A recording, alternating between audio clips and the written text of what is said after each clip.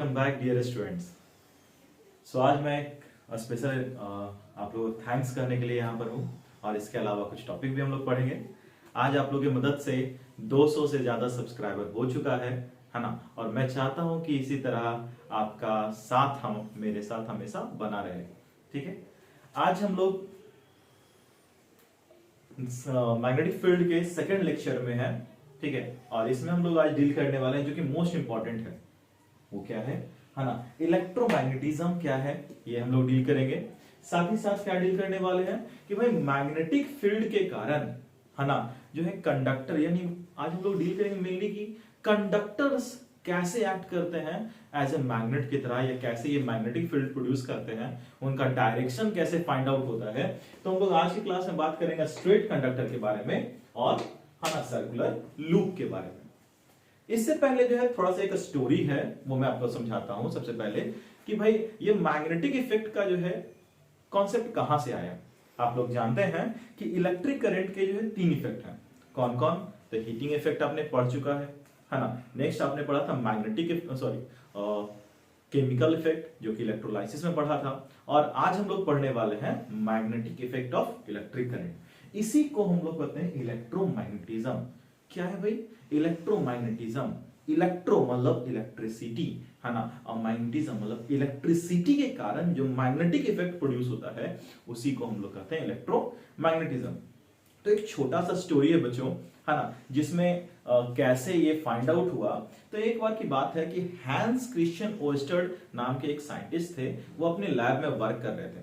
ठीक है, तो उन्होंने क्या, उनके पास एक सर्किट था और सर्किट के पास में एक कंपास रखा हुआ था, है ना। जैसे ही सर्किट को स्विच ऑन करते हैं तो देखा कि कंपास जो है ना थोड़ा स्ट्रेंज बिहेव कर रहा है। जनरली हम लोग जानते हैं, प्रीवियस क्लास में मैंने बताया था कि एक मैग्नेट, एक कंपास हमेशा क्या किधर शो करता है, नॉर्थ साउथ डायरेक्शन में हमेशा रेस्ट करता है। लेकिन ये कुछ स्ट्रेंज बिहेव कर रहा था, मतलब डिफ्लेक्ट, इसमें क्या होता है डिफ्लेक्शन शो कर रहा था, है ना। मतलब ये एक्चुअली नॉर्थ साउथ होना चाहिए था लेकिन उसका डायरेक्शन चेंज हो इसका दिखाई दे रहा था, है ना। हैंस क्रिश्चियन ने सोचा कि शायद है ना कंपास खराब हो गया। जनरली ऐसा होना नहीं चाहिए था क्योंकि वो अंदर में पैक्ड होता है, सिंपल सा, उसमें एक मैग्नेटिक स्ट्राइप होता है जो हमेशा नॉर्थ साउथ में रुकता है। तो उन्होंने जब कंपास को उठाया है ना और अवे फ्रॉम द सर्किट किया तो क्या फाइंड आउट हुआ, वापस नॉर्थ साउथ डायरेक्शन में शो करा। फिर से जैसे ही प्लेस किया वापस सर्किट के पास, तो क्या मिलता है ना कि फिर से ये डिफ्लेक्शन शो कर रहा है। इट मींस दैट, है ना, देखो ये डिफ्लेक्शन क्यों हो रहा था माइंड में हैंस क्रिश्चियन का, है ना। भाई एक सवाल आया कि भाई ये बार बार जब मैं इस सर्किट के पास रख रहा हूं, है ना, तो क्या हो रहा है भाई ये अपना डायरेक्शन चेंज कर दे रहा है। इट मींस दैट कि यहाँ आसपास में कोई मैग्नेटिक फील्ड प्रोड्यूस हो रहा है। हमने पढ़ा था कि भाई एक मैग्नेट को दूसरा मैग्नेट ही क्या कर सकता है ना, डिफ्लेक्ट कर सकता है। मतलब मैग्नेटिक फील्ड के कारण ही इसमें डिफ्लेक्शन मिलता है, जो कि लास्ट लेक्चर में हम लोग डील किए थे, है ना। अगर आप लोग लास्ट लेक्चर नहीं देखे हैं तो प्लीज लास्ट लेक्चर एक बार जरूर विजिट कीजिए, है ना। उससे आपको ये कॉन्सेप्ट समझने में और मदद मिलेगा। सो उसका लिंक डिस्क्रिप्शन में दिया हुआ। Okay, now next to the topic. So तो देखा कि डिफ्लेक्शन मिल रहा है और ये कब मिल रहा था, जब करंट फ्लो कर रहा था। जब है ना सर्किट में या कंडक्टर में करंट फ्लो कर रहा था तब ये डिफ्लेक्शन है ना शो कर रहा था। जैसे ही स्विच ऑफ किया वापस ये फिक्स नॉर्थ साउथ डायरेक्शन, फिर से ऑन किया फिर से ये डिफ्लेक्शन मिलने लगा। तो यहां पर कॉन्सेप्ट आया कि दैट करंट अगर किसी कंडक्टर में फ्लो करता है ना, किसी कंडक्टर में करंट फ्लो करता है तो वो क्या प्रोड्यूस करता है, मैग्नेटिक फील्ड प्रोड्यूस करता है। इसी को हम लोग कहते हैं इलेक्ट्रोमैग्नेटिज्म। अंडरस्टूड बच्चों? सो ये कॉन्सेप्ट किसके द्वारा दिया गया था, हैंस क्रिश्चियन ओस्टर्ड नाम के एक साइंटिस्ट के द्वारा दिया गया था। इसका मतलब क्या है इलेक्ट्रोमैग्नेटिज्म का मतलब, है ना, magnetic effect, sorry, magnetic effect produced due to electric current। Okay, clear बच्चों, है ना। साइंटिस्ट कौन थे, हैंस क्रिश्चियन ओस्टर्ड। ओके, है ना। तो ये बेसिकली आपको ध्यान रखना है। ओके, चलिए हम लोग बात करते हैं बच्चों, जस्ट अ बिट।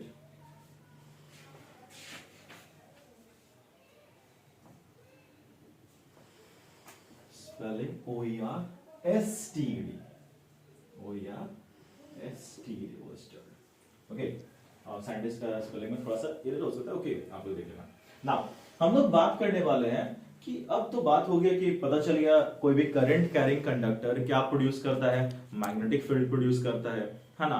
तो different different conductor different different type के मैग्नेटिक फील्ड प्रोड्यूस कर रहे हैं। तो सबसे पहले हमें डील करना है अ स्ट्रेट कंडक्टर में, ठीक है। तो देखा गया क्या कि a straight conductor, suppose assume कर लो कि ये स्ट्रेट कंडक्टर है, ठीक है, और इसमें करंट फ्लो कर रहा है।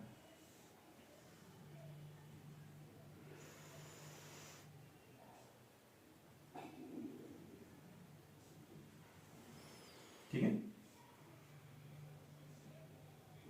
ना।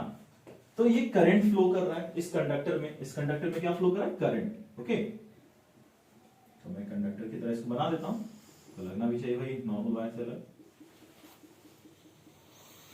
ये कंडक्टर है मेरा। ओके, अब कंडक्टर ए बी में ए से बी की तरफ करंट जा रहा है ना।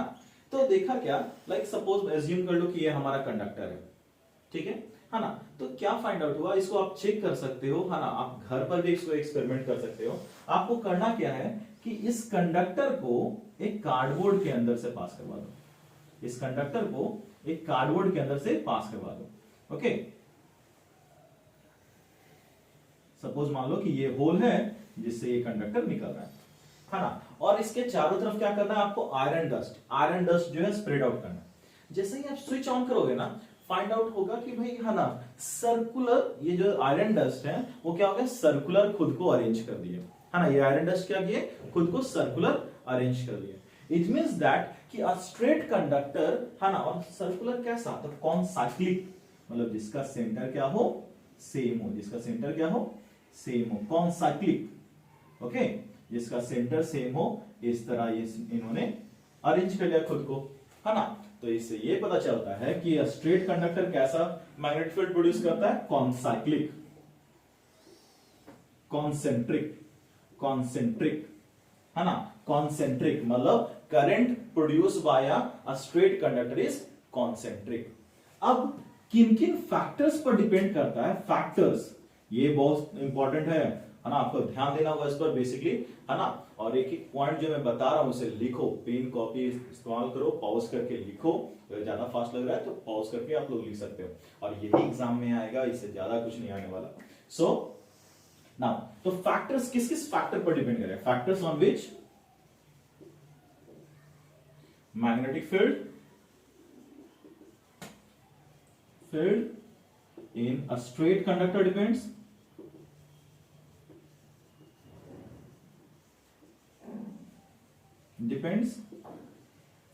तो फर्स्ट आपको याद रखना क्या है, फर्स्ट ये डिपेंड करता है करंट पर, ठीक है। देखो करंट प्रोड्यूस होगा तभी तो भाई, है ना, मैग्नेटिक फील्ड बनेगा, है ना। अगर करंट रहेगा तभी ना मैग्नेटिक फील्ड प्रोड्यूस होगा, करंट है ही नहीं तो मैग्नेटिक फील्ड प्रोड्यूस नहीं होगा, है ना। लेकिन आपको क्या ध्यान रखना है ना, कि करंट के स्ट्रेंथ, है ना, मतलब जितना ज्यादा करंट उतना ज्यादा magnetic field, it is directly proportional to, देखो मैग्नेटिक फील्ड को हम लोग जो है बी से रिप्रेजेंट करते हैं, है ना।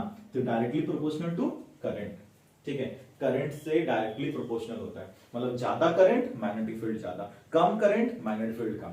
नेक्स्ट, है ना। अब देखो डिस्टेंस पर भी डिपेंड करता है, देखो ज्यादा डिस्टेंस पर जाओगे ना तो मैग्नेटिक फील्ड डिक्रीज कर जाएगा, ज्यादा डिस्टेंस रहेगा तो मैग्नेटिक फील्ड डिक्रीज कर जाएगा। तो हम कह सकते हैं B is inversely proportional to distance, है ना। ये आर क्या है, तो रेडियस ऑफ द, है ना, जो सर्कल बन रहा है, जितना दूर उतना ही स्ट्रेंथ कम, जितना करीब उतना ही स्ट्रेंथ ज्यादा।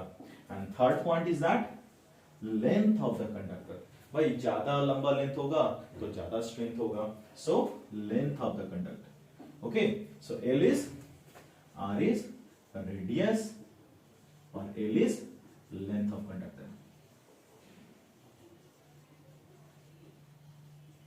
है ना। अब देखो बच्चों, लास्ट क्लास में मैंने बताया था कि मैग्नेटिक फील्ड, है ना, पोल्स पर प्रोड्यूस करते हैं, मैग्नेटिक फील्ड कहीं से निकलते हैं और कहीं पर मर्ज करते हैं, मतलब इनका एक डायरेक्शन होता है ना। तो यहां पर भी तो मैग्नेटिक फील्ड प्रोड्यूस हो रहा है, डायरेक्शन तो यहां पर भी होगा। तो कैसे डायरेक्शन पता करेंगे, इसके लिए हमारे प्यारे साइंटिस्ट मैक्सवेल ने इसके बारे में बताया। क्या बताया भाई, कि भाई अगर मान लो, है ना, सपोज मान लो कि आपका कंडक्टर है, ठीक है, इसमें करंट फ्लो कर रहा है। करंट का अगर आपको डायरेक्शन मालूम है तो आप बता सकते हो कि मैग्नेटिक फील्ड का डायरेक्शन कैसा होगा, है ना। अब समझो इन्होंने लैंग्वेज क्या बोला, पहले लैंग्वेज समझो, है ना। उन्होंने क्या बोला कि suppose you are holding a current carrying wire. अब ध्यान रखना, यानी कि सच में करंट कैरिंग वायर को होल्ड करना ऐसा नहीं है, हाँ इंसुलेशन होना चाहिए, वो प्लास्टिक जो रबर का लेयर होता है वो होना चाहिए, अदरवाइज टच किए और आप नीचे से ऊपर पहुंच जाओगे। सो ध्यान रखना है ना, आपको जब भी होल्ड करोगे तो करंट कैरिंग वायर। तो क्या बोल रहा है, suppose you are holding a current carrying wire, thumb किधर होना चाहिए, जैसे थम्स अप दिखाते हो ना, तो थंब उधर होना चाहिए जिधर करंट फ्लो कर रहा है। अगर करंट ऊपर फ्लो कर रहा है तो थंब ऊपर, अगर किसी को, है ना, करंट नीचे फ्लो कर रहा है तो थम्स नीचे। तो आप इस तरह डील करोगे, है ना। तो आपको कहना क्या है, suppose you are holding a current carrying wire, thumb is in the direction of current, direction of current, current के डायरेक्शन, देखो pointed part direction of current को शो कर रहा है, thumb is in the direction of current. और जिस direction में finger को कर्ल करोगे, देखो कैसे मुड़ रहा है, क्लॉकवाइज या एंटी क्लॉकवाइज, तो आप देखो क्लॉक के अपोजिट डायरेक्शन, एंटी क्लॉकवाइज, है ना। तो thumb is in the direction of current, ठीक है। तो थंब जिस डायरेक्शन में, सॉरी फिंगर जिस डायरेक्शन में कर्ल करेंगे वो क्या शो करेगा, मैग्नेटिक फील्ड को। तो देखो किधर हो रहा है, ऐसे हो रहा है ना, ठीक है, ये क्या हो रहा है, एंटी क्लॉकवाइज। तो अगर करंट नीचे से ऊपर जा रहा है, मतलब अपवर्ड डायरेक्शन में जा रहा है, तो इट इज एंटी क्लॉकवाइज, अगर डाउनवर्ड जा रहा है तो इट इज क्लॉकवाइज, क्लॉक के डायरेक्शन में। क्लॉक ऐसा मूव करता और एंटी क्लॉकवाइज ऐसा, है ना। तो आपको ये याद रखना है कि मैक्सवेल ने, किसने बताया था ये थंब रूल को, मैक्सवेल ने। और ये एक नंबर का हर बार पूछता है बच्चों, सबसे आसान लैंग्वेज में बता रहा हूं, सो इसको मेंशन जरूर करना, रिमेंबर जरूर करना, okay. So according to Maxwell, तो मैक्सवेल थंब रूल क्या कहता है बच्चों, है ना, कि मैक्सवेल के अकॉर्डिंग, है ना, अकॉर्डिंग टू हिम, आप शॉर्ट में बोल रहे, अकॉर्डिंग टू हिम, है ना, suppose you are holding a current carrying wire, suppose you are holding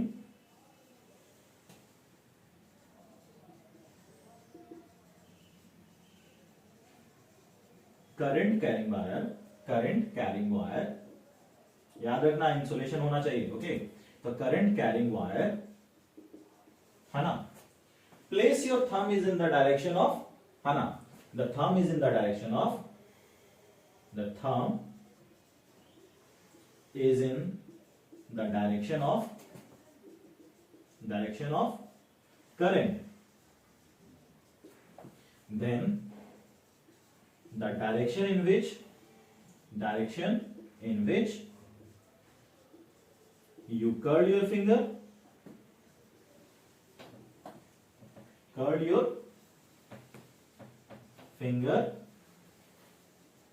gives the direction of magnetic field.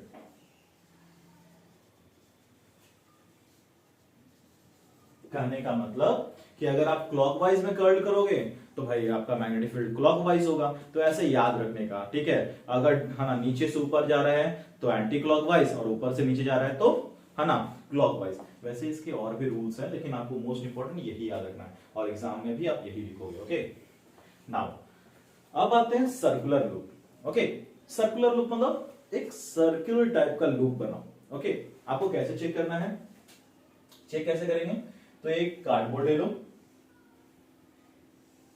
Okay, और आप इसमें एक लूप बना दो। एक्चुअली लूप बनाओगे नहीं, है ना, आपको यहां पर छेद कर देना है और उससे इसको लूप पास करवा देना है, ओके। तो यू विल फाइंड दैट, है ना। अब देखो डायरेक्शन क्या है, पॉजिटिव टर्मिनल, मतलब यहां से यहां करंट मूव कर रहा है, ओके। अब इसमें क्या करना है कि कार्डबोर्ड में आपने छेद करके, जो है होल करके, आपने एक सर्कुलर लूप लगा दिया। अब जब आयरन स्प्रिंकल करोगे, आयरन डस्ट स्प्रिंकल करोगे, तो आयरन डस्ट आपको लोकल, है ना, जहां पर छड़ ये सब मिलता है ना, वहां से आप कलेक्ट कर सकते हो, सस्ता मिल जाएगा ऐसे, है ना। आप अगर लैब से खरीदते हो तो ऑब्वियसली महंगा पड़ेगा। Okay, so iron dust sprinkle करोगे तो यू विल फाइंड दैट क्या होगा कि यहाँ पर जो है जस्ट लाइक जैसे स्ट्रेट कंडक्टर में हो रहा था वैसा ही यहां पर भी प्रोड्यूस होगा। देखिए बच्चों ऐसा क्यों होता है ना, ऐसा इसलिए कि हर एक छोटा पार्ट है ना वो स्ट्रेट कंडक्टर की तरह का एक्ट करेगा। हर एक छोटा पार्ट जो है वो स्ट्रेट कंडक्टर की तरह एक्ट करेगा। सो है ना, यहाँ पर आपको जो मिल रहा है वो कैसा मिलेगा, तो कॉन्साइक्लिक मिलेगा, कॉन्सेंट्रिक मिलेगा, मतलब जिसका सेंटर सेम। अब देखोगे जैसे जैसे दूर मूव करें लाइक ये कुछ ऐसा होता चला जाएगा। ओके, और हर बार इनका डायरेक्शन क्या रहेगा, सेम। अब जैसे कि इस पॉइंट पर देखो, है ना, इस पॉइंट पर तो ये इनवर्ड लाइक इस टाइप का शो कर रहा है ना। सेम अगर यहां पर बात करें तो यहां पर भी कौन साइक्लिक होगा। देखो कार्डबोर्ड से तो बाहर आप दिखा नहीं सकते, ठीक है। तो आप इस पॉइंट पर जो है आपका कंडक्टर कैसा है, कुछ ऐसा। तो देखो फिर से अगर inward to outward, inward to outward, है ना। तो आपको क्या ध्यान रखना है कि लूप में जो है ना, एक सर्कुलर लूप में कैसा मैग्नेटिक फील्ड होगा, तो पहला है ना कैसा होगा, तो एट द कहेंगे एट द वायर या at the conductor, at the conductor it is concentric, concentric circle, ठीक है ना। अब क्या होगा कि जैसे जैसे दूर जाओगे यानी मिड में बीच में जाओगे तो ये पैरेलल हो जाएगा। देखो दोनों का यहां पर क्या होना, इस पॉइंट पर दोनों का मिलेगा। ओके, तो जब दोनों का मिलेगा तो आप फाइंड आउट करोगे कि क्या हो रहा है ना। इन सब का देखो एरो सेम है ना, मतलब डायरेक्शन सेम है। ओके, एरो सेम है मतलब डायरेक्शन सेम है, तो सेंटर पर क्या होगा, पैरेलल होगा। At the centre, at the centre, है ना, it is parallel, it is parallel. भाई इट इज किसके लिए बोल रहा है, मैग्नेटिक फील्ड के लिए, इट इज पैरेलल, ये पैरेलल होगा। ओके, है ना, ये पॉइंट आपको ध्यान रखना है। कंडक्टर के पास एक्ट करेगा कैसा, है ना, कॉन्सेंट्रिक। क्यों, क्योंकि वो एक स्मॉल कट, है ना, स्मॉल स्ट्रेट कंडक्टर की तरह एक्ट कर रहा है, और बीच में क्या होगा, पैरेलल होगा, और इसका स्ट्रेंथ मैक्सिमम होगा कहां, है ना, बीच में, सेंटर में, क्योंकि सब पॉइंट का जो है मैग्नेटिक फील्ड यहां पर मिलेगा और सबका डायरेक्शन क्या रहेगा, सेम रहेगा। ठीक है, अब किस किस चीज पर डिपेंड करता है, factors on which, factors on which, है ना, magnetic field, magnetic field in a straight conductor, straight conductor, sorry circular loop हम लोग बात करें बच्चों, तो सर्कुलर लूप डिपेंड्स, ठीक है, किस पर डिपेंड करेगा, तो first most important again current इस पर डिपेंड करेगा, है ना, सॉरी करंट पर डिपेंड करेगा डायरेक्टली, ज्यादा करंट तो मतलब मैग्नेटिक फील्ड ज्यादा। नेक्स्ट, है ना, किस पर डिपेंड करेगा, है ना, तो ये डिपेंड करेगा रेडियस पर। ठीक है, अगर रेडियस छोटा है ना तो क्या होगा, स्ट्रेंथ ज्यादा, इनवर्सली प्रोपोर्शनल टू रेडियस, है ना। ये पॉइंट आपको एकदम रिमेंबर रखना है ना, इनवर्सली प्रोपोर्शनल टू रेडियस, मतलब अगर रेडियस छोटा होगा तो है ना इसका स्ट्रेंथ आपको ज्यादा मिलेगा।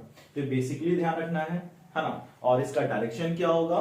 ठीक है, तो अब देखो ये हम बात करते हैं कि इसका डायरेक्शन कैसे फाइंड आउट करेंगे। दो चीज तो मैंने बताया है ना कि भाई किस पर डिपेंड करेगा, एक हो गया आपका that is radius and second magnetic field. अब बात आती है ना कि भाई लूप है तो क्या इसका पोल्स भी पता कर सकते हैं, पोलैरिटी पता किया जा सकता है, तो यस, पोलैरिटी कैसे पता करेंगे, है ना, तो डायरेक्शन ऑफ करंट से बताएगा, है ना, डायरेक्शन ऑफ करंट, ये मोस्ट इंपॉर्टेंट है, डायरेक्शन ऑफ करंट